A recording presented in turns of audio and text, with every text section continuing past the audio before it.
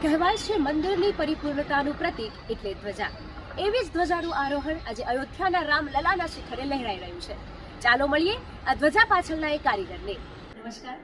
આજે આપણી સાથે છે રાકેશભાઈ કે જેમની કલાની પ્રસ્તુતિ આજે રામલલાના મંદિરે લહેરાઈ રહી છે. ચાલો એમની આ કળા વિશે આપણે નજીકથી જાણીએ. કેટલા વર્ષથી તમે આ ધ્વજાનું કામ કરી રહ્યા છો? અમે મિનિમમ 35 વર્ષથી કામ. 35 વર્ષથી. અને કયા કયા મંદિરમાં તમારી ધ્વજાનું આરોહણ જે છે થઈ ચૂક્યું છે?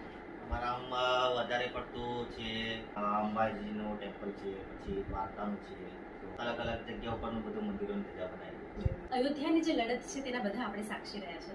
આજે આટલા વર્ષ પછી રામલલા મંદિરનું નિર્માણ થયું અને એ મંદિરે જ્યારે તમારી કલા પ્રસ્તુતિ ધ્વજા સ્વરૂપે લહેરાઈ રહી છે તો તમને કેવું લાગે છે? એકદમ આનંદ.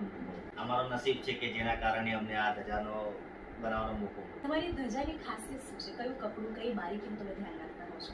એકચ્યુઅલીમાં અમારે કપડું એવું વાપરવું પડે છે કે જેના કારણે 1 વર્ષ સુધી ધજા ટકી રહે, તો કે ફાટે નહીં. અને એના અંદર જીન અસ્તર છે, રેશમી સાટીન કપડું છે, એ બધું અલગ અલગ કપડું વાપરવું પડે છે કે જેના કારણે આપણી ધજા કન્ટિન્યુઅસ 1 વર્ષ માટે તો લેરી શકે છે. કેવી રીતે અયોધ્યા મંદિરની શું કહેવાય તમારી પાસે આવ્યું કે ભાઈ તમે ધજા બનાવો અને મંદિર પર તમારી ધજા લહેરાય?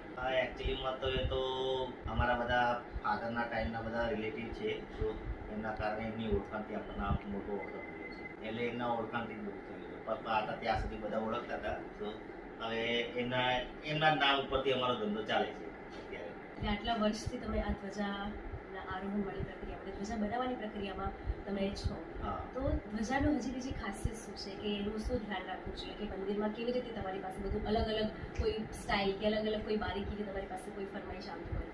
હા, એમ તો ફરમાઈશ તો બધાની અલગ અલગ હોય છે. તો કે જેમ કે ધારો કે અમારા વર્ક કરાવવાનું છે, એમ્બ્રોઇડરી વર્ક કરાવવાનું છે, જરદોશી વર્ક કરાવવાનું છે, તો બધા અલગ અલગ ટાઈપના હોય છે. પછી એમને જે અમે જે ફોટોગ્રાફ બતાવીએ છીએ એના ઉપરથી પછી એ લોકો ડિસિઝન લે કે ભાઈ આ ટાઈપની ધજા બનાવવાની છે. તો રામલલાના મંદિરમાં જે ધજા લહેરાઈ રહી છે તો એનામાં તમને શું કહેવામાં આવ્યું હતું કે કેવા પ્રકારની જોઈએ છે?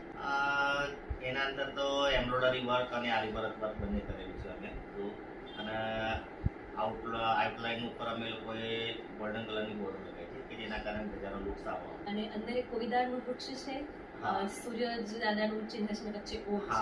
તો એ કેવી રીતનું હોય છે, કેવી રીતનું કરેલું છે? એ એકચ્યુઅલીમાં અમે લોકોએ મોટી ડિઝાઇન બનાવેલી હતી કોમ્પ્યુટરની અંદર.